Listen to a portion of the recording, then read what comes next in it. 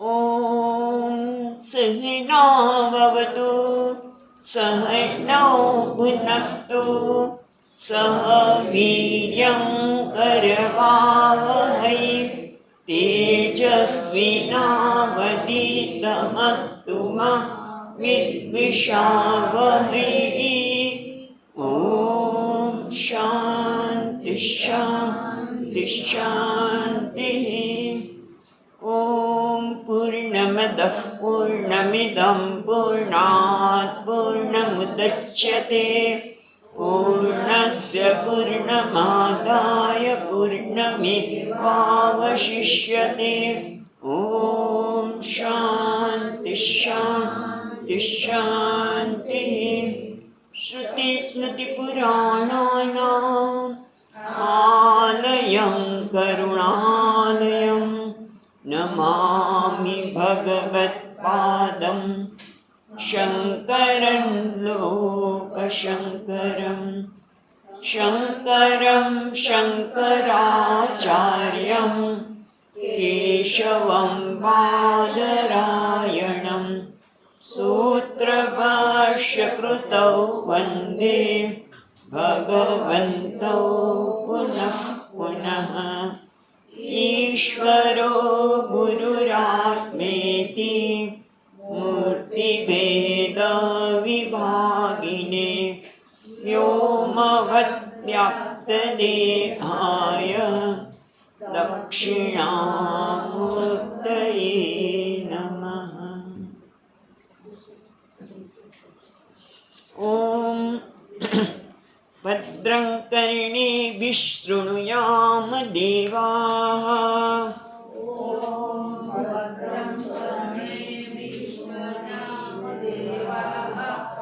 भद्रं पश्येमार्क्षभिर्यजत्राः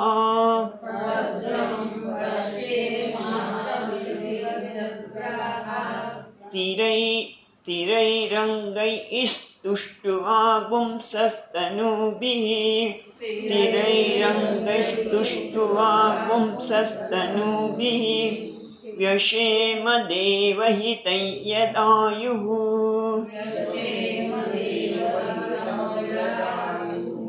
स्वस्ति न इन्द्रो वृद्धश्रवाः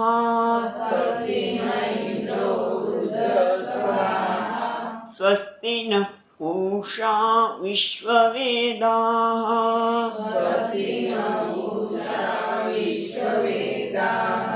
स्वस्ति नस्तार्क्ष्यो अरिष्टनेमिः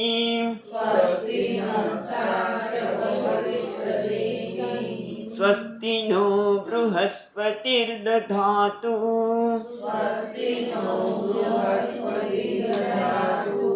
ॐ शान्ति शान्ति शान्तिः।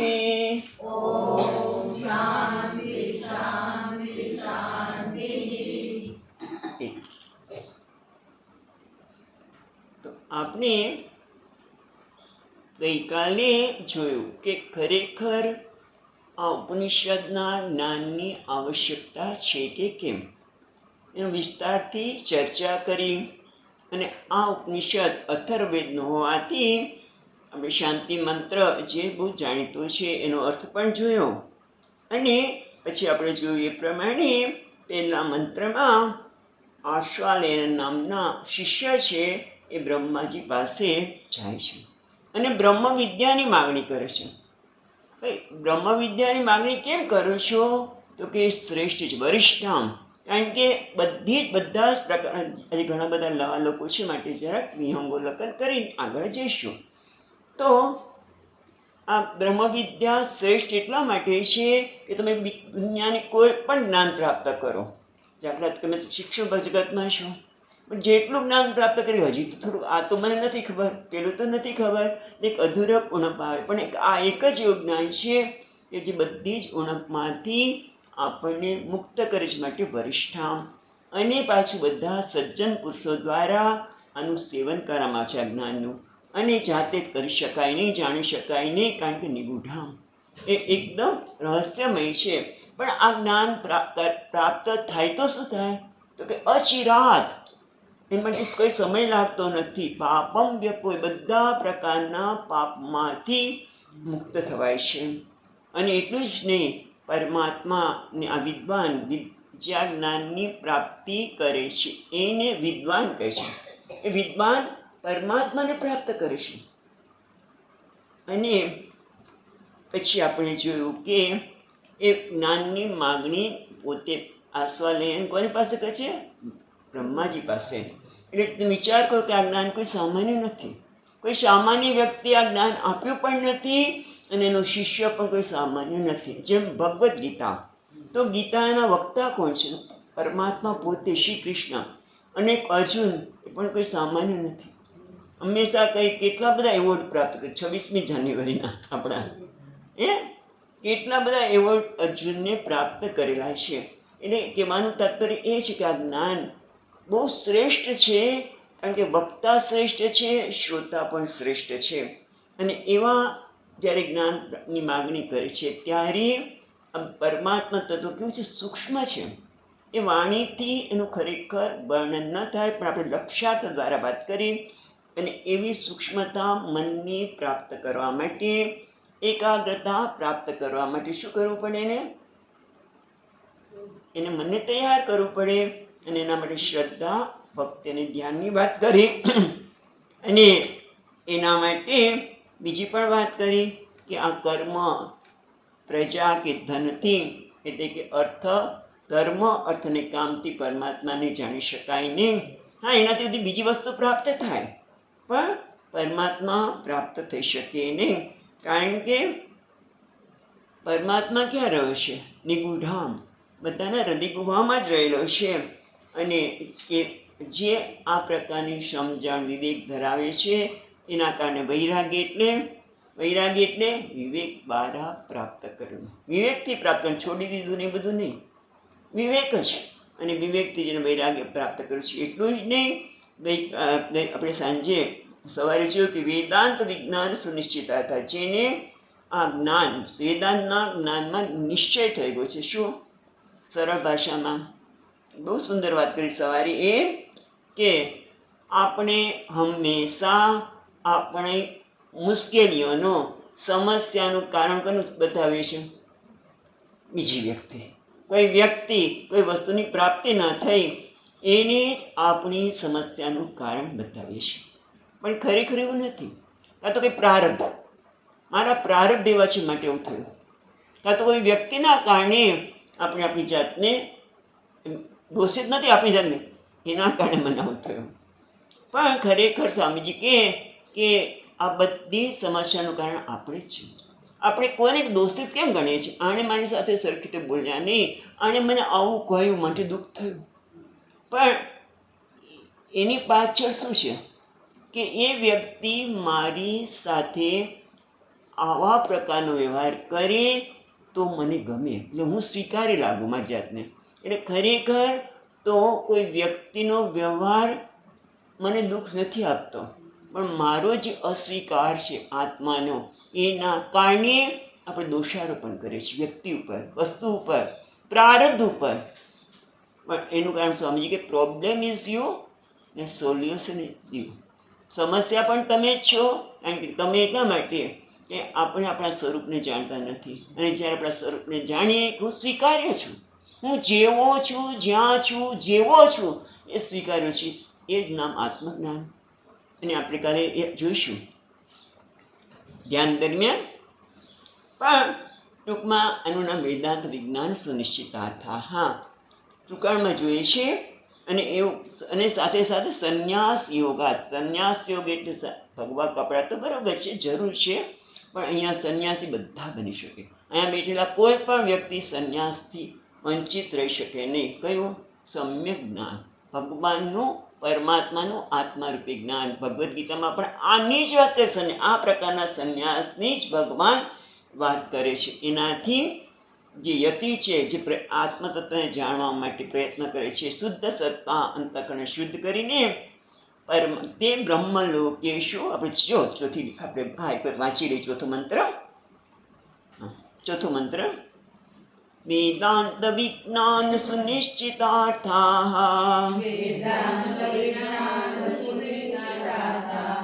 સંન્યાસ યોગાત્યતયઃ શુદ્ધ સત્વાઃ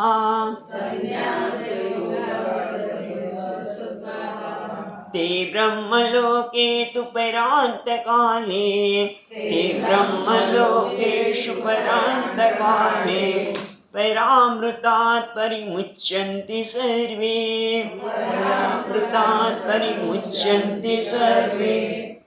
જેનું અંતઃકરણ શુદ્ધ થયું છે શાસ્ત્ર દ્વારા એના જ્ઞાન પ્રાપ્ત કર્યું છે, જ્ઞાન નિષ્ઠા પ્રાપ્ત કરી છે. અને ત્યારે સવારે પણ વાત કરી હતી, જ્ઞાન નિષ્ઠા કોને કહેવાય? ભગવદ્ ગીતા અધ્યાય 2 સ્થિતપ્રજ્ઞાના લક્ષણ, એનું સરનામું. જ્ઞાન નિષ્ઠા પ્રાપ્ત થઈ કે કેમ? તો કે આત્મનિવ આત્મના દુષ્ટ, પોતાનાથી જ પોતાને સંપૂર્ણ સંતોષ આપણે છે કે કેમ? જોજો, આપણી જાતને ઢંઢોળજો કે ખરેખર મને મારાથી સંતોષ છે, ક્યાં ખૂટે છે? અને એની એ જ્ઞાનથી જશે.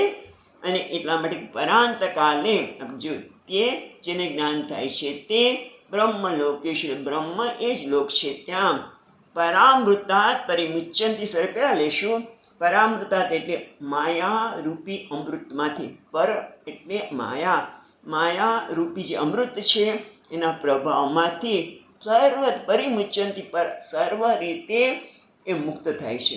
અને માયાના કારણે જ ભલે અમૃત છે પણ માયાના કારણે જ કેટલા બધા પ્રભાવમાં આપણે આવીએ છીએ. આ જ્ઞાની એમાંથી મુક્ત થાય છે. અને એને કીધું પરાંતકાલ, એક અંતકાલ છે.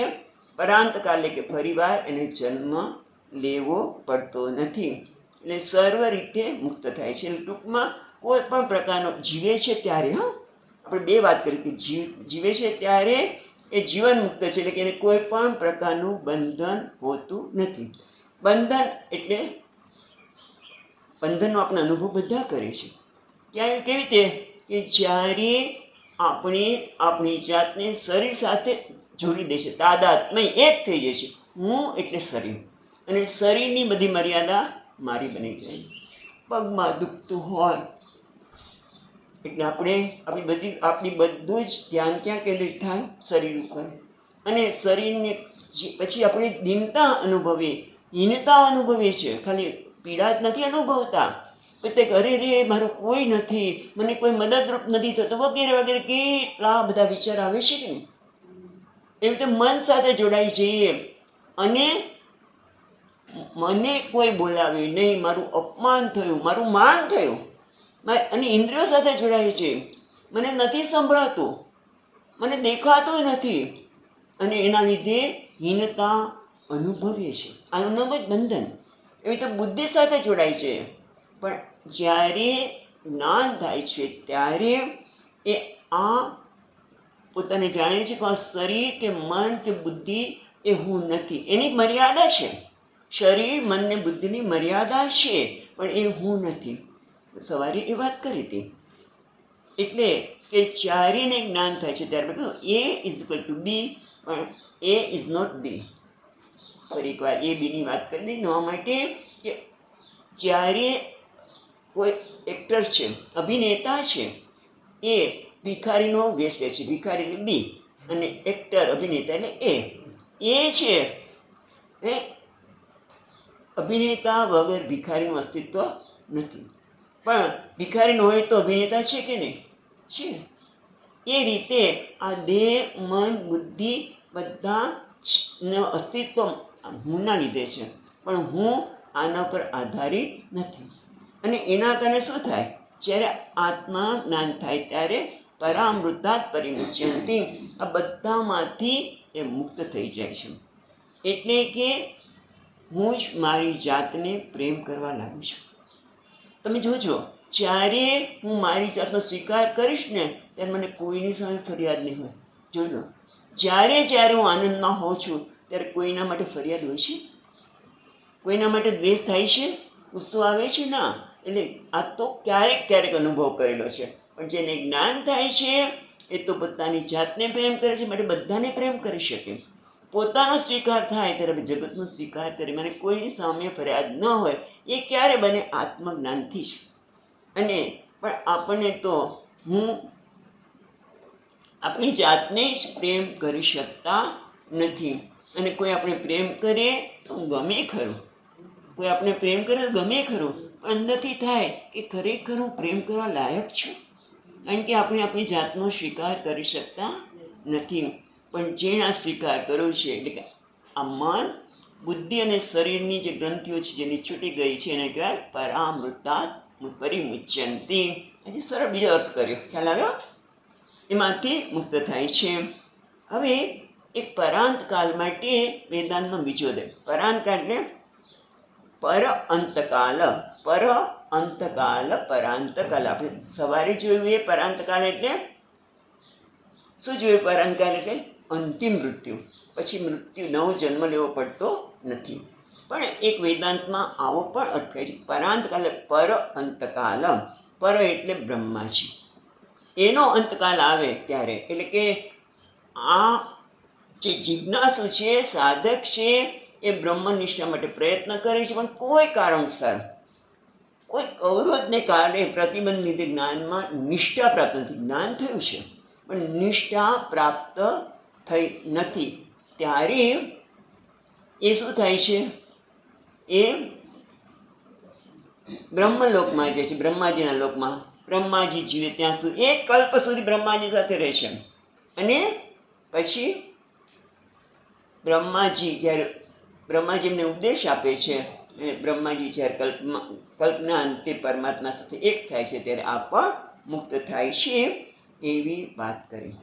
હવે આજે આપણે સાંભળી રહ્યા છીએ પહેલી વાર જે લોકો, એને કદાચ અઘરું પણ લાગે. અને એ કેમ અઘરું લાગે? કારણ કે આપણે પહેલી વાર સાંભળી રહ્યા છીએ, એટલે કદાચ સ્વીકાર્ય ન પણ લાગે. તો એક વાત કહીએ કે શરૂઆતમાં અઘરું લાગે, પણ સતત એની સાથે રહીએ તો આ અઘરું નથી.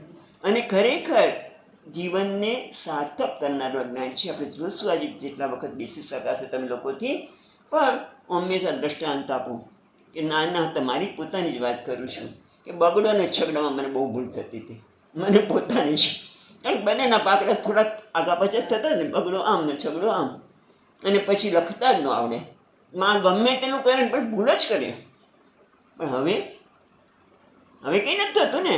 શરૂઆતમાં અઘરું લાગે, પણ પછી વાંધો આવશે નહીં. એટલે હવે આટલા ચર્ચાને અંતે આપણે જે પરામૃતાત્ પરિમુચ્યંતી, એટલે કે એનો અર્થ એ થયો કે સતત બ્રહ્મમાં નિષ્ઠા પ્રાપ્ત કરવા માટે આત્મચિંતન કરવું પડે. કારણ કે એટલે કે ટૂંકમાં સતત આપણે જ્યારે હું તરફ નજર કરીએ ત્યારે શું થાય છે કે સુખ માટે શાંતિની આપણે શોધ કરીએ છીએ. પણ એ શાંતિને, સુખની શોધમાં આપણે આત્માની ગણતરીમાં લેતા જ નથી. જ્યારે હું મારી જાતને મર્ત્ય માનું છું, આ શરીર જેવું માનીને અનેક પ્રકારની હીનતા, દીનતા અનુભવું છું, ત્યારે ક્યારે પૂછીએ છીએ ખરા કે ખરેખર હું દીનહીન છું? મારે માન માટે તો બહુ પ્રશ્ન નથી થતો. અપમાન થાય, હા, કોઈ માને હળદૂત કરે, તિરસ્કાર કરે, ત્યારે દુઃખ થાય, ત્યારે પૂછીએ છીએ ખરા? આપણે તો એમ જ કહીએ એણે આમ કેમ કર્યું, હું ને ગણતરીમાં લઈએ છીએ ખરા? ના. પણ અહીંયા હમણાં આગળના મંત્રમાં શું કીધું કે પરિમુચ્યંતી, એ માયાના બધા જ પ્રકારના બંધનમાંથી મુક્ત થાય છે. એનો અર્થ થયો કે આત્મચિંતન અનિવાર્ય છે. સતત જો આત્મચિંતન કરવું હોય તો એના માટે હવે આગળના શ્લોકમાં બતાવે છે કયા પ્રકારની આત્મચિંતન કરવા માટે, ધ્યાન કરવા માટે કયા પ્રકારની સ્થિતિ જોઈએ. તો પછી 5મો મંત્ર, વિવિક્તદેશે ચ સુખાસનસ્થઃ, દેશે ચ સુખાસનસ્થઃ, શુચિ સમગ્રીવ શિરઃશરીરઃ, ગ્રીવ શિરઃશરીરઃ, અત્યાશ્રમસ્થઃ સકલેન્દ્રિયાણિ, સમસ્ત સકલેન્દ્રિયાણિ, નિરુદ્ય ભક્ત્યા સ્વગુરું પ્રણમ્ય હૃત્પુંડરીકં વિરજં વિશુદ્ધં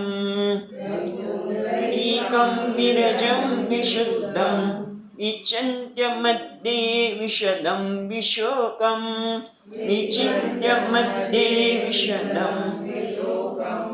હવે આપણને ધ્યાનની તૈયારી કરવા માટે, ધ્યાનમાં બેસતા પહેલા માટેની તૈયારીની વાત કરશે. તો પેલું શું છે? વિવિક્ત દેશે.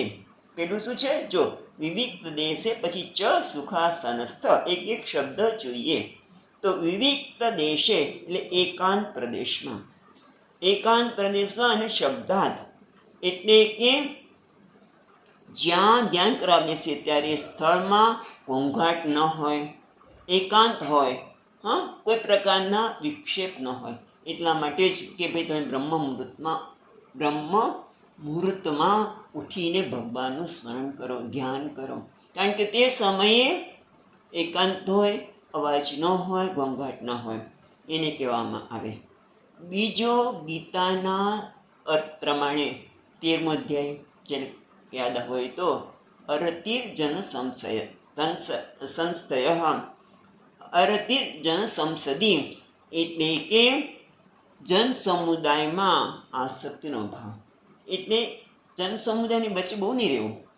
એનો અર્થ એ નથી કે જન સમુદાયનો તિરસ્કાર કરવો, અણગમો કરવો, પણ સતત તમે જોજો એકલા નથી રહી શકતા. તમે એકલા રહો છો, કોઈ એકલા રહેતું હોય, જેમ કે આ સ્વામિનીજી નહીં ગમે. અને મેં તો અનુભવ એટલે કોઈનો અનુભવ જોયો છે, એનું નામ પણ મને યાદ છે બેનનો. જ્યારે સતત સત્સંગમાં આવે એટલે મને કહે બધા છોકરાઓ છે એ ક્યારે બહારગામ જાય તો એકની મારી સાથે રહી શકું. પણ જ્યારે ખરેખર છોકરા બહારગામ ગયા ત્યારે બેને જ કહ્યું કે ગમતું નથી, એકલા રહી શકતા નથી. આપણે સતત કોઈનો સંપર્ક જોઈએ છે, આપણે જાતને પ્રવૃત્ત રાખીએ છીએ. કેમ? કારણ કે આપણે પોતાની જાત સાથે રહેતા નથી, આપણે પ્રેમ કરી શકતા નથી. કારણ કે આપણે આપણા મનમાં આપણે મનને જોતા નથી, આપણા મનમાં રહેલા ગુણ અને દોષનું નિરીક્ષણ કરીએ તો એમાંથી જે મર્યાદા હોય, દોષોને દૂર કરી શકીએ. પણ સતત આપણે બહાર પ્રવૃત્તિ એટલા માટે થઈ છે કે આપણે આપણી જાત સાથે એટલે કે આપણા મનમાં રહેલા જે ગુણ અને દોષ, ખાસ તો દોષ, રાગ, દ્વેષ, એ આપણે એને દૂર કર્યા નથી. માટે એકાંતમાં રહેવું ગમતું નથી. એટલે ટૂંકમાં એકાંતમાં રહેવા માટે આપણે આત્મનિરીક્ષણ કરવું જોઈએ, આપણા મનને સમજવું જોઈએ કે મારું મન ક્યારે કયા પ્રકારનો વ્યવહાર કરે છે. ખ્યાલ આવે છે કે આપણે જ આપણા મનને જોઈએ કે આપણું મન કેવું વ્યવહાર કરે છે. ક્યારેક સારો કરે ને એ જ વસ્તુ માટે ક્યારેક બરાબર છે. એટલા માટે એકાંત વિવિક્ત દેશે એટલે પહેલાં બીજો શબ્દ શું છે? વિવિક્ત દેશે એટલે એકાંત પ્રદેશમાં. પછી શું છે? સુખાસનસ્થમ. સુખાસન એટલે આસન છે એ સુખપૂર્વકનું હોય. આસનના ઘણા બધા અર્થ થાય છે, આપણે જોઈએ છીએ. પણ ધ્યાનમાં આપણે એવી રીતે બેસીએ, હવે પગ એટલા બધા દુખતા હોય અને આપણે પલોઠી વાળીને બેસી જઈએ, તો શું થાય? થોડીક વાર પછી આપણું ધ્યાન ક્યાં જાય? પીડામાં જ. એટલે સુખાસન એટલે જે આસનમાં આપણે લાંબા સમય સુધી સુખપૂર્વક બેસી રહી શકીએ એનું નામ સુખાસનસ્થ. બીજું આ કેટલાક છે આસન યોગાસનમાં, એને યોગ વિન્યાસ કહેવાય છે. આસન એટલે યોગનો વિન્યાસ. એ લોકો કે પદ્માસનમાં બેસો. એ આસન એવું સુંદર છે કે જેથી તમારું મન સ્થિર રહે. અથવા તો પલોઠી વાળીને બેસો. પણ એ ક્યારે થઈ શકે કે લાંબા સમય સુધી આપણે આવા આસનમાં ક્યારે બેસી શકીએ કે જ્યારે પ્રાણાયામ બરાબર કર્યા હોય, પ્રાણાયામ નિયમિત કરતા હોય, એ સિવાય શરીરની જે કંઈ કસરતની આવશ્યકતા હોય કરી શકતા હોય તો થઈ શકે. પણ આ તો પાયથીએ વાત કરી. પછી છે દર્ભાસન. દર્ભાસનમાં એટલા માટે વાપરીએ છીએ દર્ભનું આસન કે જેથી જમીનનો જે ભેજ છે આપણને લાગે ને, એટલે શરીર માંદું ન પડે અને લાંબા સમય સુધી આપણે ધ્યાન કરી શકીએ. દર્ભાસન હોય તો આપણે ઊનનું ઊનનું આસન વાપરીએ છીએ, પણ એની ઉપર પાછું સુતરાઉ કાપડ પણ વાપરીએ છીએ, જેથી આપણે બીજું કહે ને એક ઊનનું આસન પણ આપણને લાંબા સમય સુધી ઠંડીમાં એમાંથી મુક્ત રાખે છે. પછી એ રીતે શું કે આપણે મૃગનું આસન, ચામડાનું દર્ભાસનને મૃગાસન કહે છે. એની પાછળ પણ એક જ એવું છે કે પગ અને નિતંબના દુખાવા એ દૂર કરે છે. પણ આ તો વાત કરી એ ટૂંકમાં બીજું આપણું છે વિવિક્ત દેહ છે, પછી સુખાસન સ્તંભ, એ સુખપૂર્વક લાંબા સમય સુધી બેસી શકે એવી સ્થિતિમાં બેસવું, અથવા તો આપણા જે આસનથી આપણે દર્ભાસન લો કે પછી ઊનનું આસન લો, જે આસન લેવું હોય લે. પણ એક વસ્તુ છે કે જે આસન આપણે વાપરીએ બીજા માટે એ આપણે જ વાપરવું જોઈએ, બીજાનું આસન વાપરવું ન જોઈએ, એવું પણ જરૂરી છે. પછી છે શુચિ. જો પછી શબ્દ જો શુચિ સમગ્રીવ શરીર, પેલા આ જોઈ લે, સમગ્રીવ શરીર એટલે ટૂંકમાં આપણે જ્યારે બેસીએ ત્યારે આ ભગવદ્ ગીતામાં પણ કહે સમગ્રીવ શિર શરીર, એટલે ગરદન, મસ્તક અને આપણું શરીર એક લીટીમાં હોય. ઘણી વખત ધ્યાન કરતાં કરતાં ઘણા લોકો આમ ઢળી પડે એક સ્થાન ઉપર, ખબર ના પડે, પણ જ્યારે ધ્યાનમાંથી ઉઠે ત્યારે કે અરે મારી આ ડોક દુખે છે ને હાથ દુખે છે, આંખ દુખે છે.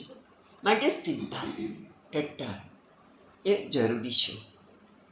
અને પછી બીજું પણ ખરું, આંખ બંધ કરવી. પણ આંખ બંધ કરતાં પહેલાં એકાગ્રતા માટે કદાચ નાસિકા આગળ કે ભ્રુવોની મધ્યમાં ભગવદ્ ગીતામાં વાત કરે છે ને 6થા અધ્યાયમાં, એ તમે ધ્યાન કરો થોડીક વાર એકાગ્રતા માટે, પણ આંખ પછી સહજ રીતે બંધ કરવી જોઈએ. પછી બીજું શું આવશ્યકતા છે ધ્યાન માટે? આસનની વાત કરી, એકાંત પ્રદેશની વાત કરી અને શરીરની સ્થિતિની વાત કરી, પણ બીજી છે શુચિ. જો શબ્દ શું છે? શુચિ એટલે પવિત્રતા. હા, એક શરીરની પવિત્રતા, એટલે તમે નાહી ધોઈને પછી પૂજામાં બેસો ને તો સારું છે.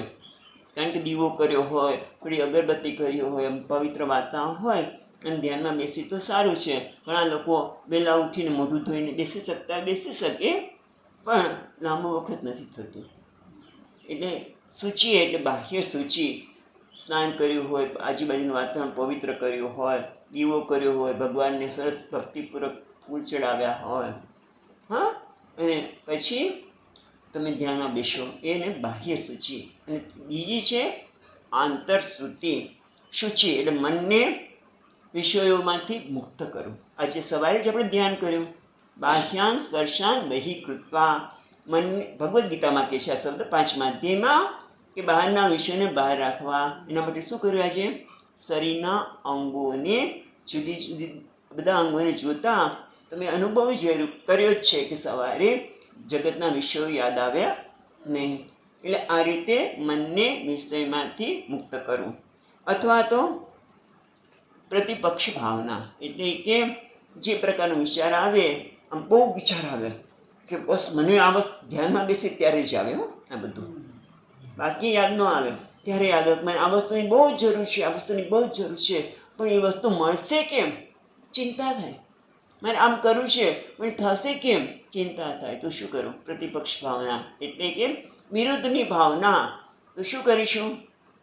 ઈશ્વર ઉપર છોડીશું. યોગક્ષેમમ વહામ્યહમ, ભગવાન આપી દેશે જરૂર છે તો. અથવા તો વેદાંતની દ્રષ્ટિએ કહીએ તો શાસ્ત્ર કહે છે પછી આપણને આ પ્રકારમાં જ્ઞાનમાં સ્થિત થયા નથી, પણ આપણા મનને ધ્યાન વખતે તો કહી શકીએ જ્યારે તીવ્ર ઈચ્છા ઉત્પન્ન થઈ છે મને આ વસ્તુની, ત્યારે આપણે કહી શકીએ તો હું શાસ્ત્ર કહે છે તો હું પૂર્ણ છું.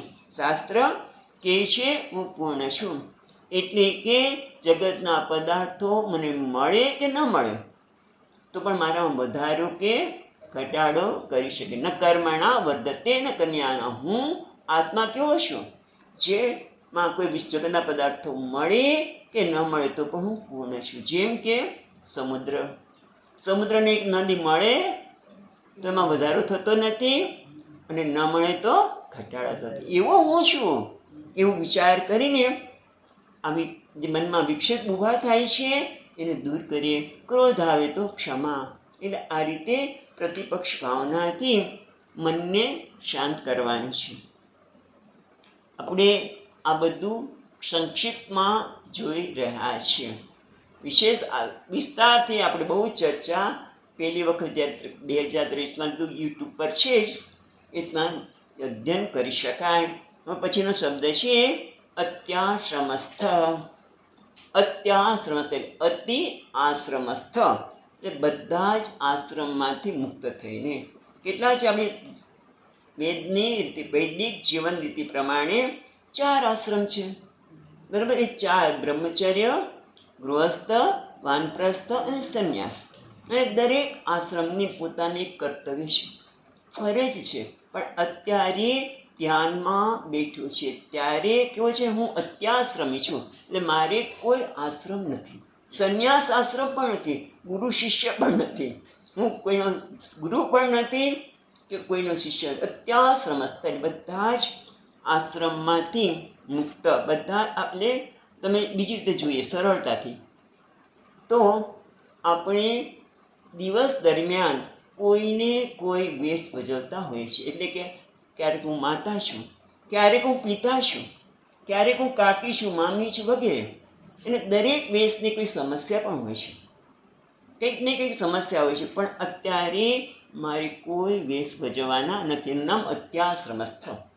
સરળ ભાષામાં કહીએ તો અત્યારે મારે કોઈ વેશ ભજવા નથી, કોઈની પુત્ર નથી, પત્ની નથી, બહેન નથી, કશું જ નથી. અત્યારે ધ્યાનમાં બેસી ત્યારે કહેવાની જરૂર છે કે અત્યાશ્રમિસ્થ છું. એટલે આખા દિવસ દરમિયાન જે વેશ ભજવ્યા છે એ વેશનો ત્યાગ કરી, એટલે એની ચિંતામાંથી પણ મુક્ત કરી. એટલે હાલમાં મનને અને કે ઓટો સજેશન, ધ્યાનમાં બેસો એ પહેલાં ઓટો સજેશન આપીએ કે હાલમાં મારું કોઈ કર્તવ્ય કે ફરજ નથી, મારે કંઈ પ્રાપ્ત કરવાનું નથી, મારે કંઈ સિદ્ધ કરવાનું નથી. એટલે આ બહુ સરસ છે. મારે અત્યારે અહીંયા આવા પુણ્યક્ષેત્રમાં આવીને પુણ્ય પ્રાપ્ત કરવું, આ કરી લો, કશું જ કરવાનું નથી. આ પ્રમાણે સમજાવ્યું. નામ છે અત્યાશ્રમસ્થ. એટલે કે પરમહંસ. સંન્યાસીમાં પણ સંન્યાસી લે આપણું વિદિશા સંન્યાસીઓ એક ગુરુજીના પાસે જ્ઞાન પ્રાપ્ત કરવા માટે ગયા હોય એને કહેવાય વિવિદિશા સંન્યાસી. એને પણ ગુરુજી માટેની ફરજ છે, પણ અત્યારે માટે કોઈ ફરજ નથી. કેમ? દંડી સંન્યાસી દંડ ધારણ કરે, એ પણ હું નથી, પરમહંસ છું. એટલે અત્યાશ્રમસ્થ. એટલે ટૂંકમાં અત્યાશ્રમસ્થ એટલે અત્યારે મારે કોઈ વેશ ભજવવાના નથી. પછી શબ્દ શું છે? કયો આવે છે શબ્દ? સકલ ઇન્દ્રિયાણી નિરુદ્ધ્ય. બધી જ ઇન્દ્રિયોનો નિરોધ કરીને. કારણ કે ઇન્દ્રિયનો સ્વભાવ જ છે, જરાક અવાજ થાય, ધ્યાનમાં બેઠા હોય, અવાજ થાય, કોણ આવ્યું, શું થયું, સુગંધ આવીએ, આ કોની સુગંધ છે, કઈ સુગંધ આવી રહી છે, ગુલાબ છે, મોગરો છે, શું છે? આપણું મન આ રીતે એના તરફ જવાનું છે. તો કે સકલ ઇન્દ્રિયાની નિરુદ્ધ્ય, બધી ઇન્દ્રિયોનો નિરોધ કરવાનો. મન નિરોધ કરીએ એટલે કે આવું કશું થાય તો આપણે તરત જ આપણી ઇન્દ્રિયોને ત્યાં દોડી જવા દઈએ નહીં. એનું નામ છે સકલ ઇન્દ્રિય નિરુદ્ધ્ય. પ્રતિપક્ષ ભાવનાથી આપણે શુદ્ધિ પ્રાપ્ત કરી, આસનની વાત કરી, અત્યાશ્રમીની વાત કરી. એટલે ટૂંકમાં આટલું કર્યું, પણ એક બહુ મહત્ત્વનું છે કે આપણું મન પ્રસન્ન હોય, આનંદમય હોય, ભક્તિમય હોય તો પછી આત્મચિંતન કરવું સરળ બને. એટલા માટે હવે શબ્દ શું આવે છે? સકલ ઇન્દ્રિયાની નિરુદ્ધ્ય. પછીનો શબ્દ શું છે? જો ભક્ત્યા સ્વગુરુ પ્રણમ્ય. ભક્તિપૂર્વક પોતાના ગુરુને પ્રણામ કરવા. એટલે કે દેવ જેમ પરમાત્માને પ્રણામ કરીશ, ભક્તિ કરી, પરમાત્મા માટે જે ભક્તિ છે એનાથી પણ ટીકાકાર કરી, દેવથી પણ અધિક પોતાના ગુરુને પ્રણામ કરીને. સ્વગુરુ ભક્ત્યા. મહત્વનું શું છે? ભક્ત્યા. ભક્ત્યા એટલે ભક્તિ એટલે પ્રેમ. ગુરુ માટે પ્રેમ ક્યારે જાગૃત થાય? દેવતા કરતાં પણ ગુરુ માટે પ્રેમ સરળ નથી. એક દિવસમાં ઘણા લોકો એવું કેમ પેલી વખત કોઈને સંન્યાસીને મળતા હોય કે કોઈને મહાત્માને આમ એકદમ ભાવ ઉમટી પડે.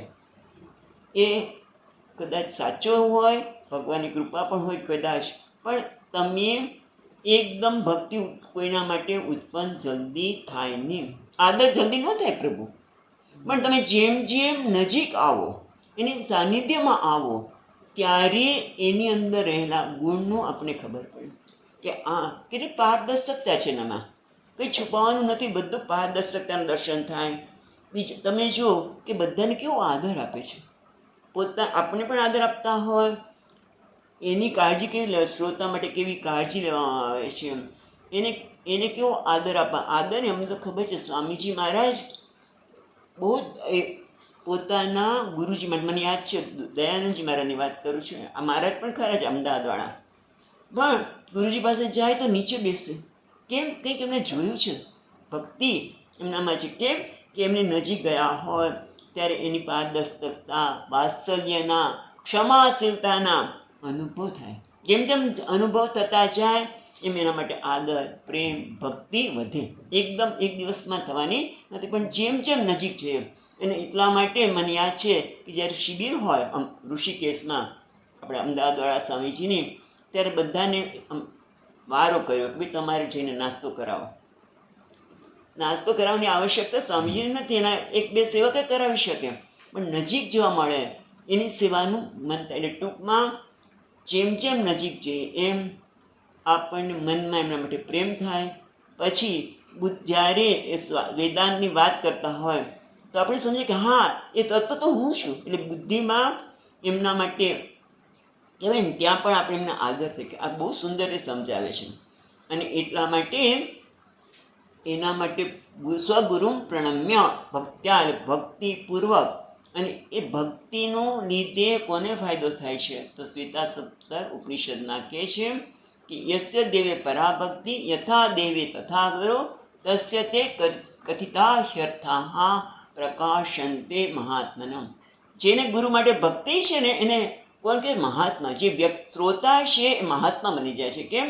કારણ કે જેમ જેમ એ સાંભળતા જાય છે એમ મહાન આત્માને જાણવાની જિજ્ઞાસા થાય છે, એટલે શ્રોતા પણ મહાત્મા બની જાય છે. અને એના લીધે ક્યારે થાય છે કે એને જે પરમાત્મા માટે ભક્તિ છે એવી ભક્તિ ગુરુમાં થાય ત્યારે.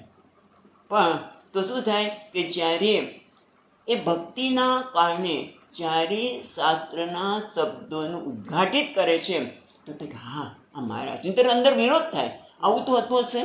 અને બીજું શું થાય ખબર છે? આપણે જે વ્યક્તિમાં ગુરુમાં દેવની ભાવના ક્યાં કરી શકીએ જ નહીં, કારણ કે એ મનુષ્ય જ છે અને આપણા જેવો જ વ્યવહાર કરે છે. ભાઈ એ ખાય છે, પીવે છે, અને એની મર્યાદા છે. દરેક શરીરની મર્યાદા છે, મનની મર્યાદા છે. હા, પણ એ બધાને એક બાજુ કોરાણે મૂકીએ, અલગ મૂકીએ તો એનામાં આપણા કરતાં થોડા ગુણો દેખાય જ વધારે. તો કે હા, તો આપણે માટે ભક્તિ થાય. આ બધી ચર્ચા એટલે કરીએ છીએ કે ફાયદો કોને થાય? જ્યારે શ્રોતામાં ગુરુ માટે કે વ્યક્તિ માટે ભક્તિ હોય તો ફાયદો કોને થાય? આપણને જ થાય છે, શ્રોતાને જ થાય છે. કેમ? કારણ કે ભક્તિ હોય તો જ્યારે કહે છે એમ તો હા સાચી વાત છે, એ કહે છે સત્ય છે. શું સત્ય છે? એ શું કહે છે ખબર છે? તું પૂર્ણ છે, તું જેવો છે એવો સ્વીકારી શકે. હા, પણ ભક્તિ હોય તેના શબ્દો આપણને શીરાની જેમ ગળે ઉતરી જાય. એટલે ફાયદો કોને છે? શ્રોતાને છે. હવે દાખલા તરીકે એવા કોઈ ગુરુજી આપણે ન હોય તો શું કરવું ધ્યાન વખતે? તો કે પોતાના જે ઈષ્ટદેવ હોય, શ્રી કૃષ્ણ, રામ, જે હોય એને ભક્તિપૂર્વક પ્રણામ કરીને પછી શું કરવું જોઈએ? પછી આગળ કહે છે હૃત્પુંડરીકમ વિરજમ વિશુદ્ધમ વિચિંત્ય મધ્યે વિશુદ્ધમ વિશોકમ. હૃત્પુંડરીકમ મધ્યે, પેલા એ શબ્દ લઈશું. હૃત્પુંડરીકમ મધ્યે એટલે હૃદયના મધ્યમાં. એટલે હૃદય એટલે લપઢપ સ્વામીજીના શબ્દમાં કહે છે એક હૃદય નહીં. હા, લપઢપ થાય છે હૃદય નહીં, પણ જ્યાં મને ભક્તિભાવ જાગૃત થયો છે, જ્યાં એ શબ્દ જ્યારે સંભળાઈ રહ્યા છે અને એ શબ્દનું અનુસંધાન થયું છે, ત્યાં એ સ્થાન ઉપર એટલે કે જ્યાં પ્રાપ્તિની જ્ઞાન પ્રાપ્તિનું જે ઈચ્છા થઈ છે ત્યાં ગુરુને ભક્તિપૂર્વક પ્રણામ કર્યા પછી આત્મચિંતન કરવું જોઈએ. મધ્યે હૃત્પુંડરીકમ મધ્યે વિરજમ વિશુદ્ધમ. કારણ કે આ શુદ્ધિ આપણે સૂચિને એની બધી વાત કરી, એટલે આપણે આત્મચિંતન કરતાં પહેલાં કેવા થાય છે? વિરજમ, કોઈ પ્રકારના રજ મળથી રહિત થયું. શુચિ એટલે વિરજમ, અને વિશુદ્ધમ એ પણ એમાં જ આવી જાય. વિશુદ્ધ એટલે વિરજમ એટલે રાગ દ્વેષ રહિત, વિશુદ્ધ એકદમ શુદ્ધ થયેલું છે એવા મનમાં આ પ્રકારનું ચિંતન કરવું જોઈએ. કયા પ્રકારનું? વિશદમ વિશોકમ. વિશદમ એટલે શું છે? તમે જો ગુજરાત તમારામાં છે. વિશદમ એટલે નિર્મળ, અને વિશોકમ એટલે શોક રહિત છે ને તમારામાં. એટલે કેવી રીતે ચિંતન કરવાનું? હું નિર્મળ છું, ખરેખર મારામાં કોઈ રાગ દ્વેષ નથી. આ સત્ય છે. મનને આ બ્રેન વોશિંગ નથી. હા, ઘણી વખત લોકો એમ કહે આ તો બ્રેન વોશિંગ છે. ના, હું નિર્મળ છું, મારામાં કોઈ રાગ દ્વેષ નથી. હું કેવો છું? વિશોકમ. વિશોકમ એટલે કોઈ પ્રકારનો હું નિર્મળ છું, કોઈ અશુદ્ધિ મારામાં નથી. એટલે કે અલ્પતા પરિચ્છિન્નતાને લીધે જે મળ આવ્યો હતો, કારણ કે હું પરિચ્છિન્ન છું, ઊણો છું, માટે જ આ બધા મળ છે ને રાગ દ્વેષ. પણ હું પરિચ્છિન્ન કે એ નથી, માટે હું કેવો છું? વિશુદ્ધ છું. હું વિશોકમ એટલે ખરેખર શોક, જ્યારે શોક ઉત્પન્ન થાય છે ત્યારે પણ એ શોકને જાણનાર છું, એનો દ્રષ્ટા છું. આ રીતે આત્મચિંતન કરવું જોઈએ. એટલે આ રીતે મન શાંત થયા પછી આગળ આપણને બીજા મંત્રમાં બતાવે છે કે આત્મચિંતન આગળ કેવી રીતે કરવું. આટલી તૈયારી કર્યા પછી હું નિર્મળ છું, હું વિશોક છું એ કરવાની સાથે બીજું મંત્રમાં આગળ કહે છે, છઠ્ઠા મંત્રમાં, અચિંત્યમવ્યક્તમનંતરૂપમ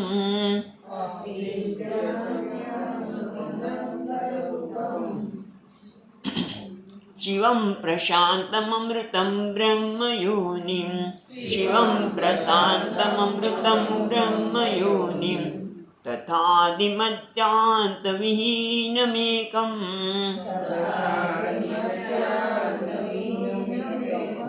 વિભુમ ચિદાનંદમરૂપમદ્ભુતમ.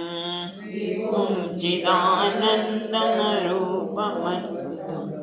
એટલે આગળના શ્લોક મંત્ર પ્રમાણે હૃદયમાં જ્યારે પ્રેમ હોય, બુદ્ધિમાં શ્રદ્ધા હોય, મન સ્વચ્છ બન્યું હોય, પવિત્ર બન્યું હોય, બહારની કે અંદરની કોઈ વિક્ષેપ ન હોય. બરાબર, બધા આગળ મંત્રનો અર્થ આ થયો ને, કે હૃદયમાં પ્રેમ હોય, બુદ્ધિમાં શ્રદ્ધા હોય, મન સ્વચ્છ હોય, પવિત્ર હોય, બહાર કે અંદરના કોઈ વિક્ષેપ ન હોય, ત્યારે આ આત્મચિંતન કરવું સરળ બને, શક્ય બને. એટલે આ બધા મંત્રો દ્વારા આત્મતત્વનો જ નિર્દેશ કરવામાં આવે છે. એટલે આ કાંઈ માનસિક પ્રવૃત્તિ નથી. આત્મા જેવો છે, શ્રવણ દરમિયાન આપણે કર્યું છે એનું ચિંતન કરવામાં આવે છે. તો પેલો શબ્દ શું છે? અચિંત્ય. અચિંત્યમ જુદું પાડીએ તો પેલી લીટીને જુદી પાડીએ તો અચિંત્યમ અવ્યક્તમ અનંતરૂપમ. આ આત્મા એટલે કે હું એ કેવું છે? અચિંત્યમ. અચિંત્યમ એટલે કે આત્માનું ચિંતન કરી શકાય નહીં. એટલે આત્મા એ ચિંતનનો વિષય નથી. આત્મા એટલે હું. હા, આપણે ચિંતન કોનું કરી શકીએ? કે જે મારાથી જુદો હોય તે. મારાથી જુદી હોય એ વસ્તુનો આપણે વિચાર કરી શકીએ ને. પણ આત્મા કોણ છે? હું જ છું. એટલે મારું ચિંતન શક્ય નથી, કારણ કે અવ્યક્તમ. કારણ કે હું વ્યક્ત નથી. વ્યક્ત હોય, જેને આપણે જોઈ શકતા હોય એનું ચિંતન કરી શકીએ.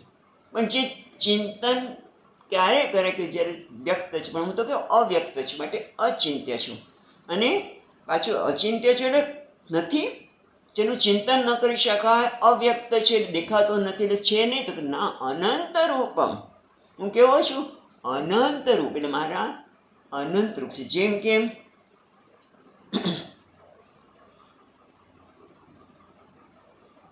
અલંકારની વાત કરી. સુવર્ણ એમ કહે છે, એક મોટો સોની છે, એના રૂમમાં કેટલા બધા અલંકાર છે. તો સુવર્ણ શું કહે છે? હું અનંત રૂપ છું, મારા અનંત રૂપ છે. ખ્યાલ આવે છે? એ આત્મા કેવો છે? અનંત રૂપ એટલે બધા નામ અને આકારમાં કોણ છે? હું. દરેક નામ પોતાનું કારણ કે આપણે વિસ્તારથી વાત કરી હતી કે કોઈ પણ હોય તો પોતે શું કહે? હું મારું હું કોણ છું? હું સ્ત્રી છું, હું પુરુષ છું. અને કદાચ આ ટેબલ એને પણ મનુષ્યની જેમ બોલવાની શક્તિમાન હોય તો એ શું કહે? હું ટેબલ છું. એટલે હું આ હુંને કહે છે. આ હું કેવો છે? અનંત રૂપ. બધા રૂપ માર્યા છે, હું એક રૂપમાં મર્યાદિત નથી. અનંત રૂપમ. પછી આગળ કહે છે એટલે અનંત રૂપ એટલે હું બધા રૂપમાં નામરૂપમાં છું. એટલે કે મને કોઈ દેશ કાળ કે વસ્તુની મર્યાદા નથી. હું મર્યાદિત નથી, કારણ કે મર્યાદા જ મને ચાલે છે. હું કેવો છું? અનંત છું, કોઈ મર્યાદા નથી. પછી શું શબ્દ છે? અમે શું આવે છે? શિવમ પ્રશાંતમ અમૃતમ બ્રહ્મ યોનિમ. હું શિવ એટલે મંગળકારી છું. હું કેવો છું? શિવ એટલે મંગળરૂપ છું, કલ્યાણકારી છું. શિવ એટલે મંગળરૂપ, કલ્યાણકારી. એટલે કે જેમાં દુઃખનો લેશ માત્ર દુઃખ નથી. એટલા માટે જ કહેવાય છે પ્રશાંતમ. દુઃખ નથી માટે પ્રશાંત. બધા સુંદર શબ્દો છે. શાંતિથી બેસીને આ પ્રકારે આપણે ધ્યાન કરી શકીએ. એ કેવું છે? શિવ એટલે કલ્યાણકારી છું, હંમેશા મંગળરૂપ છું, અને એના કારણે હું કેવો છું? પ્રશાંત. પ્રશાંત એટલે જેમાં કોઈ વિક્ષેપ નથી. ભલે બહારથી વિક્ષેપ દેખાતા હોય, જેમ કે સમુદ્રમાં કેવા મોટા મોટા તરંગો ઉછળે છે, પણ એના પેટાળમાં પ્રગાઢ શાંતિ છે. કે હું પ્રગાઢ શાંત. ભલે મનમાં વિચારો ઉઠતા હોય, પણ હું કેવું છું? પ્રશાંતમ. હું શાંત સ્વરૂપ છું, પ્રશાંતમ. પછી શું શબ્દ છે? અમૃતમ. અમૃત એટલે અમર, અથવા તો નિરઅતિશય આનંદ સ્વરૂપ. હું કેવો છું? નિરઅતિશય, બિનશરતી આનંદ સ્વરૂપ છું. નિરઅતિશય, જેમાં કોઈ મર્યાદા નથી, એવો મર્યાદા રહિત આનંદ સ્વરૂપ છું. અથવા તો અમૃતમ એટલે અમર કહીએ તો આ શરીરનું મૃત્યુ છે, હુંનું મૃત્યુ નથી. હું તો કેવો છું? અમર છું.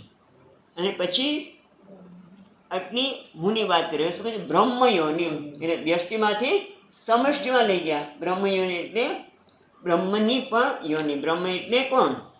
બ્રહ્માજી, જે જગતના સર્જન કરતા છે. એ સર્જન કરતા એનું પણ કારણ છું. જગતનું મૂળ કારણ કોણ છે? હું છું.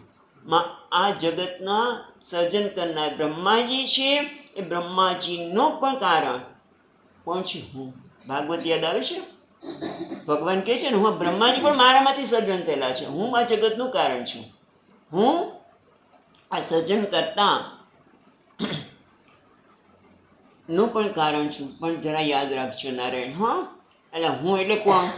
હું એટલે તરત હું બોલીએ ત્યારે કોણ યાદ આવે? એ હું નહીં. હું એટલે ચૈતન્ય. હું એટલે જે ચૈતન્ય છે, જેને કોઈ મર્યાદા નથી, એ બ્રહ્મયોની છે. પાછું એવું માની ન લેતા એટલે હું જે કહું છું એટલે હું બોલું એને જે યાદ આવે છે એ હું નહીં. અને પછી કેવું કહે છે? આદિ મધ્ય અંત વિહીનમ. હું કેવો છું? મારું આદિ એટલે ઉત્પત્તિ, બરાબર? આદિ એટલે ઉત્પત્તિ, મધ્ય અને અંત એટલે વિનાશ. વચ્ચે શું આવે? પરિચ્છેદ. આદિ, ઉત્પત્તિ, પછી મધ્ય એટલે કંઈક મર્યાદા, અને પછી મૃત્યુ એટલે નાશ. પણ હું કેવો છું? મારું આદિ પણ એટલે જન્મ પણ નથી, તો મૃત્યુ ક્યાંથી ઉઠી શકે? કેમ એવું કહો છો તમે ભાઈ? પછીનો શબ્દ શું છે? એકમ. જો પછી શું છે? આદિ, જો તથા આદિ મધ્યાંત વિહીનમ. આદિ, મધ્ય અને અંત રહિત છું, કારણ કે એકમ, હું એક જ છું. હું એક અદ્વિતીય છું. મારા સિવાય બીજું કોઈ છે જ નહીં. તો પછી મારી ઉત્પત્તિ ક્યાંથી થઈ? આ બધું જ ભાગવતમાં અત્યારે આપણે જોઈ રહ્યા છીએ જુદી રીતે આ જ વસ્તુને. હું આદિ, મધ્ય ને અંત રહી છું, કારણ કે હું એક છું, એક અદ્વિતીય છું, બીજું છે જ નહીં. તો પછી બીજું ન હોય તો ઉત્પત્તિ ક્યાંથી થઈ? તો પછી નાશ ક્યાંથી થયો? એ મર્યાદા ક્યાંથી આવી? એટલે હું કેવો છું? એકમ. પછી આગળ છે, પછી શું શબ્દ આવે છે? વિભુમ ચિદાનંદમ. પછી જો અહીંયા જુદું પડશે. વિભુમ ચિદાનંદ રૂપ ચિદાનંદમ પછી અરૂપમ નીકળશે. અરૂપમ ચિદાનંદમ અરૂપમ અદ્ભુતમ. હું કેવો છું? તો કે છે વિભુ, એટલે સર્વમાં વ્યાપક. બધામાં જેમ સુવર્ણ કહે છે હું વિભુ છું, આ બધા અલંકારનો વિભુ છું. અથવા તો વિભુનો અર્થ છે સમર્થ.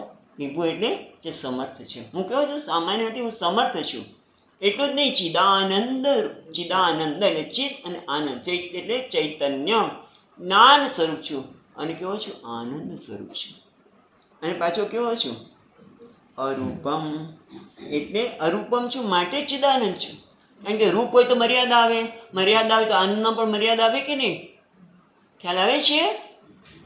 રૂપ હોય તો મર્યાદા હોય, પણ અરૂપ છું, મારો કોઈ રૂપ નથી, કોઈ આકાર નથી, માટે મર્યાદા નથી, માટે આનંદ સ્વરૂપ છું. હું ચૈતન્ય સ્વરૂપ છું. ચિદમ ચિત ચિદાનંદ એટલે ચિત્ત સ્વરૂપ, જ્ઞાન સ્વરૂપ અને આનંદ સ્વરૂપ છું. અને એટલા માટે કયો છે અદ્ભુતમ. અદ્ભુત એટલે આશ્ચર્યકારકમ. આશ્ચર્ય, આશ્ચર્ય થાય એટલે આશ્ચર્ય ક્યારે કહે? જે વસ્તુ મેં જોઈ ન હોય અને આમ એકદમ જે થઈ જાય ને, આશ્ચર્ય. અત્યાર સુધી હું મારી જાતને મર્ત્ય માનતો હતો, પણ હવે મને ખબર પડી કે હું તો મૃત્યુને આધીન નથી, તો અમર છું. હું પરિચિન નથી, હું પૂર્ણ છું. હું મારી જાતને અજ્ઞાની માનતો હતો, હવે હું કેવો કીધું? ચિદાનંદ એ ચિત્ત સ્વરૂપ છું, જ્ઞાન સ્વરૂપ છું. હા, એટલે કે આનંદ સ્વરૂપ છું. મારે કોઈ આનંદ માટે પ્રયત્ન કરવો પડતો નથી. એટલે હું કેવો છું? અદ્ભુત. આપણે એક નાનકડું સ્વામીજીનું દ્રષ્ટાંત આપે. સ્વામીજી બહુ સુંદર દ્રષ્ટાંત આપે કે રસોડામાં બેને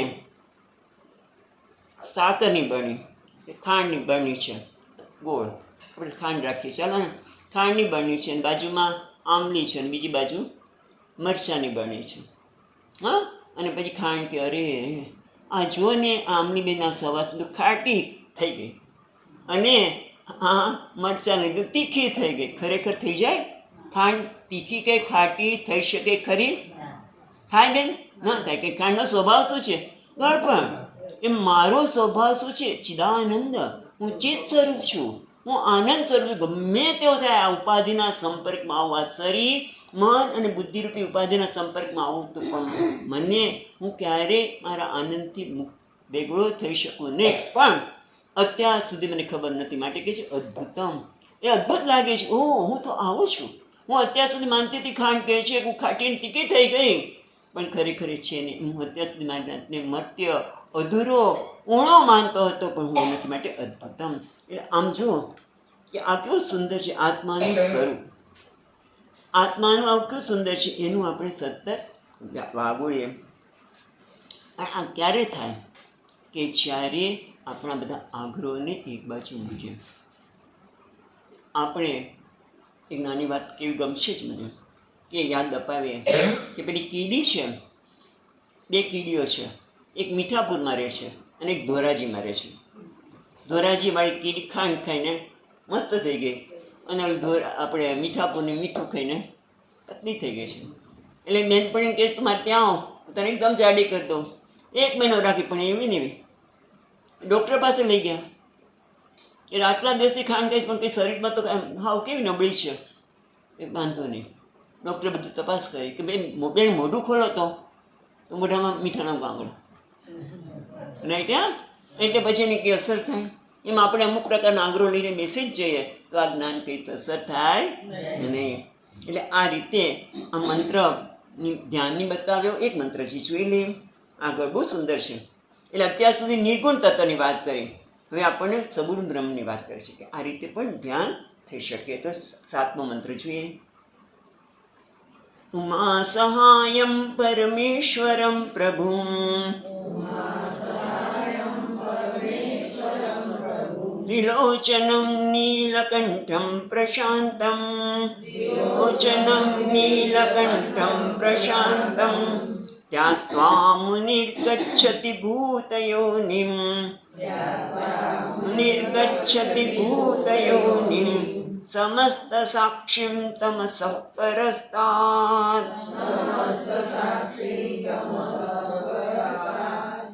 હવે આપણે સગુણ બ્રહ્મા વાત કરીએ. ઉમા સહાયમ. ઉમા સહાયમ એટલે ઉમા એટલે બ્રહ્મ વિદ્યા, અથવા તો ભવાનીમાં પાર્વતી સાથે એટલે કે ભગવાન શિવ એટલે અર્ધનારીશ્વર, પુરુષ અને પ્રકૃતિ. હા, તો ક્યાં છે એ અર્ધનારીશ્વર? જગતમાં જ્યાં પણ જુઓ તો એ કોણ છે? પુરુષ અને પ્રકૃતિનો સંયોગથી બનેલો છે. ભગવદ્ ગીતામાં 13મા અધ્યાયમાં જોઈ લેશું.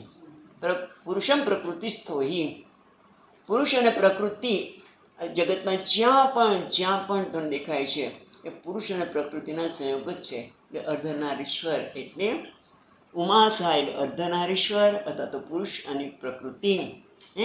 એના જળ અને પ્રકૃતિ જળ છે અને પુરુષ છે ચેતન, અને એનાથી આખું આ જગત વ્યક્ત થયું છે. એટલે જગતમાં સર્વત્ર એ ઉમા સહાય અર્ધનારીશ્વરના દર્શન કરે. ઉમા અને શિવજી વિદ્યમાન છે. એટલે ભગવાન કહે છે આ સમગ્ર બ્રહ્માંડ એમનો દેહ છે. પછી શું કહે છે? એટલે આમ જોવા જઈએ તો અર્ધનારીશ્વર શું? આ જગત એમનો દેહ છે. એટલે આ શિવ અને પાર્વતી એટલે શું? અતૂટ પ્રેમનું પ્રતીક.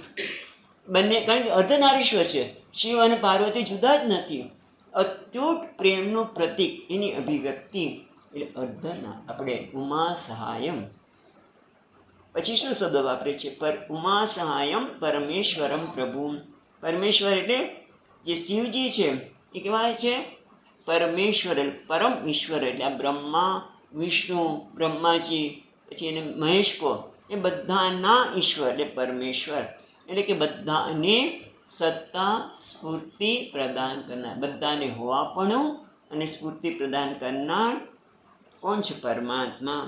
અથવા તો સત્તા સ્ફૂર્તિનો જો શબ્દ એ સુંદર જ છે. નહીં તો ભગવદ્ ગીતા 10મો ત્યાં વિભૂતિઓ છે એટલે શું કહે છે?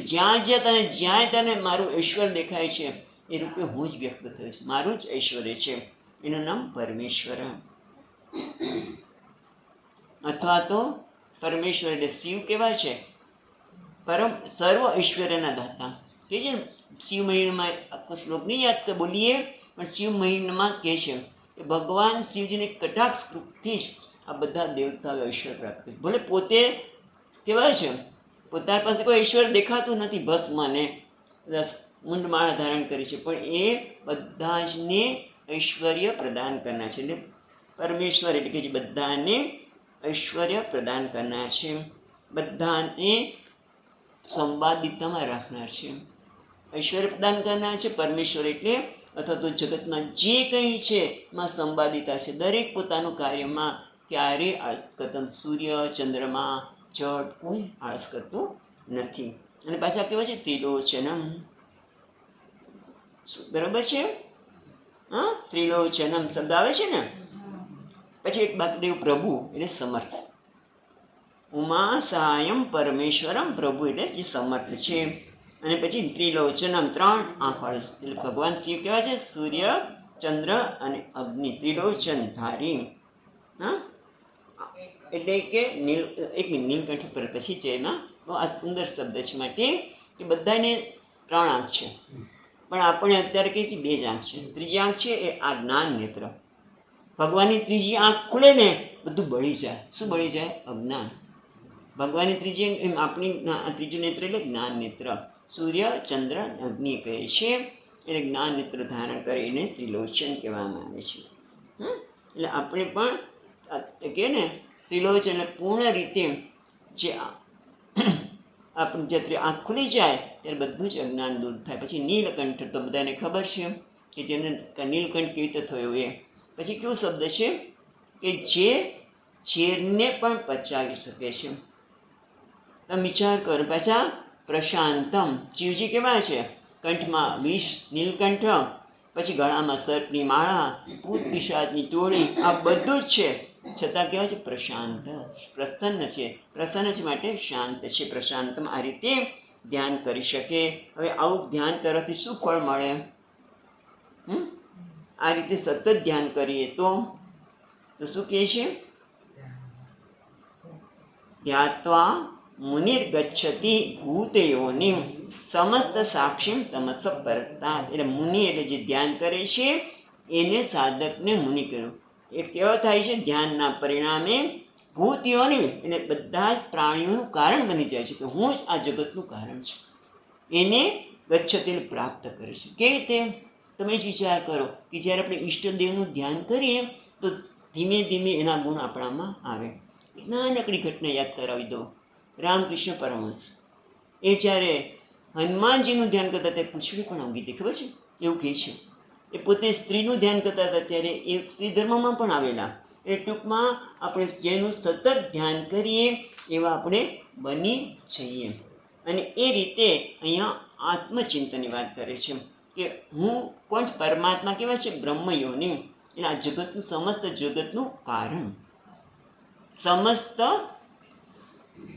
જગતનું કારણ. એટલું જ નહીં, સમસ્ત સાક્ષી, જગતમાં જે કંઈ ઘટના ઘટી રહી છે એ હું સાક્ષી છું. એટલે કે સત્તા સ્ફૂર્તિ પ્રદાતા છું. ભલે હું અહીંયા બેઠો હોય એક નાનકડા સ્થાનમાં, પણ રશિયામાં, અમેરિકામાં જ્યાં કંઈ બને છે એ બધા મનની પાછળ કોણ છે? આત્મા હું. એટલા માટે હું બધાનો સાક્ષી છું. એક કેટલું મોટી વસ્તુ કહે છે આપણે વેદાંત. તમે વિચાર કરો, જે આ રીતે ચિંતન કરે તો શું થાય? આપણે કાલે જોઈશું કે આ પ્રકારનું ચિંતન કરે તો કેટલી બધી વસ્તુ ખરી પડે. ખ્યાલ આવે છે કે હું આ બધાનો સાક્ષી છું. ભલે એક નાનકડા સ્થાનમાં બેઠા હોવા છતાં દુનિયાના જે કોઈ સ્થાનમાં જે કંઈ વસ્તુ છે એનો હું સાક્ષી છું. બધાને ઉજાડનાર છું. એ જવાની આવશ્યકતા નથી. હું બધાનો સાક્ષી છું. એટલે સાક્ષી છું એટલે મને અજ્ઞાન સાથે પણ કોઈ સંબંધ નથી. એટલે આધ્યાત્મા મુનિર ગચ્છતિ, આ ધ્યાનના પરિણામે મુનિર શું બની જાય છે? મુનિર ગચ્છતિ ભૂતયોનિ, એ ભૂતયોનિ એટલે બધાના સમસ્ત પ્રાણીનું કારણ છું. બધાનું. અને એટલું જ નહીં, તમસ પરસ્તાત, તમસ એટલે અંધકારથી પણ બહાર જાય છે. અંધકાર એટલે અજ્ઞાન, અજ્ઞાન. અંધકારનું જ્યારે જ્ઞાન લાઇટ કરીએ ત્યારે અંધકાર જેમ દૂર થાય, જેમ આત્મજ્ઞાન થાય ત્યારે અજ્ઞાનરૂપી અંધકાર દૂર થાય છે. આમ તો આનો વિશદ ચર્ચા ત્યારે આપણે કરી હતી, પણ આપણે હવે અહીંયા આજે આટલું જોઈને અટકીએ છીએ. કાલે આગળ જોઈશું. બરાબર? ઓમ ઓમ પૂર્ણમદઃ પૂર્ણમિદં પૂર્ણાત પૂર્ણમુદચ્યતે પૂર્ણસ્ય પૂર્ણમાદાય પૂર્ણમેવાવશિષ્યતે. ઓમ શાંતિ શાંતિ શાંતિ. શંકરં શંકરાચાર્યં કેશવં બાદરાયણં સૂત્રભાષ્યકૃતૌ વંદે ભગવन्तौ પુનઃ પુનઃ. ઈશ્વરો ગુરુરાત્મેતિ મૂર્તિભેદવિભાગિને વ્યોમવત્યાપ્તદેહાય દક્ષિણામૂર્તયે નમઃ. ઓમ શાંતિ શાંતિ શાંતિ. હરિ ઓમ. શ્રી ગુરુભ્યો નમઃ. હરિ ઓમ.